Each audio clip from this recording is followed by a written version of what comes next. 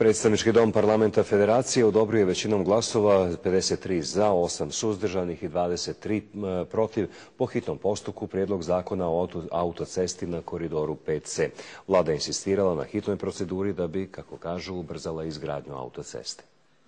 Izgradnja autoceste koridora 5C jedan je od vitalnih interesa ne samo za Federaciju, nego za kompletnu zemlju, mišljenja su većina zastupnika.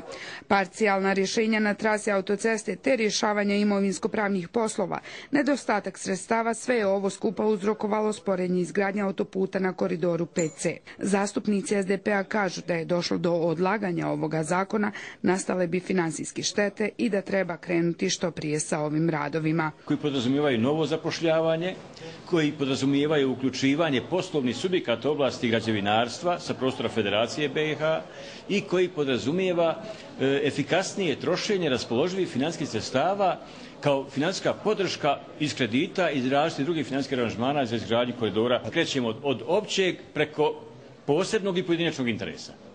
Opći je interes države Bosne i Hercegovine da što prije dobije ovaj važan infrastrukturni objekat autoceste na koridoru 5C.